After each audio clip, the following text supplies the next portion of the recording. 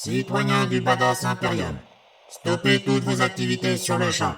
Voici l'heure de PLM TV, le lore 40K en version simplifiée.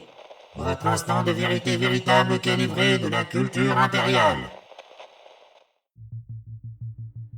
Très chers auditeurs malgré vous du Badass Imperium, aujourd'hui je vais vous faire part de ce que vous devez impérativement connaître concernant nos plus célèbres défenseurs, les Space Bourrins.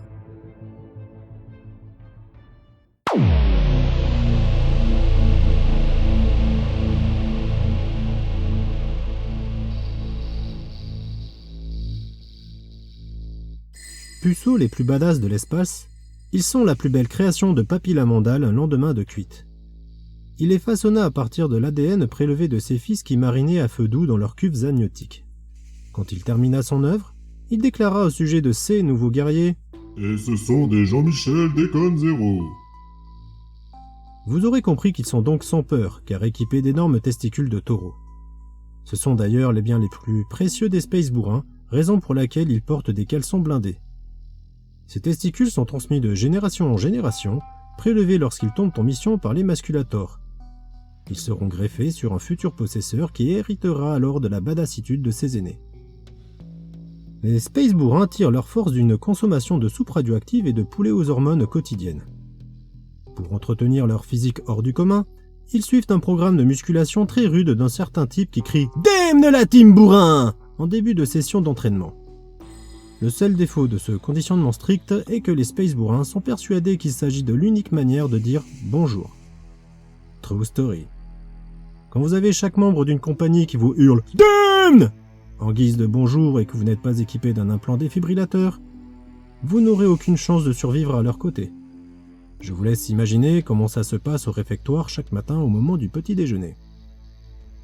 Très croyants, ils vont au catéchisme où ils y apprennent à chanter de magnifiques comptines pleines de joyeuseté à l'égard de leurs ennemis, tout en arrivant à tenir des cierges allumés dans leurs grosses paluches capables de vous décapsuler la tête d'une simple pichenette.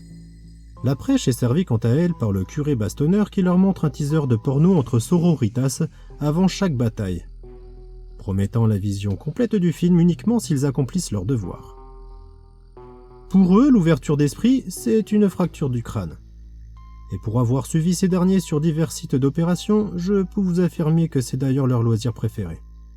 Au sein d'un même chapitre, les différentes compagnies participent à un championnat de l'ouverture d'esprit.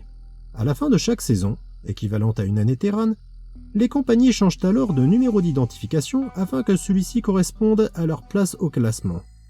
Ce qui, vous me l'accorderez, est un véritable casse-tête pour archiver les faits d'armes de ces mêmes compagnies.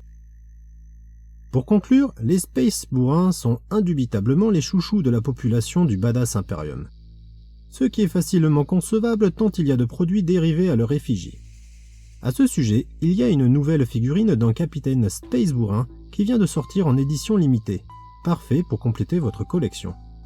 Vous êtes invité à vous le procurer avant de reprendre vos activités. Citoyens du Badass Imperium, c'était votre itérateur préféré. Votre émission s'achève maintenant et je vous dis à bientôt pour un prochain sujet de culture impériale.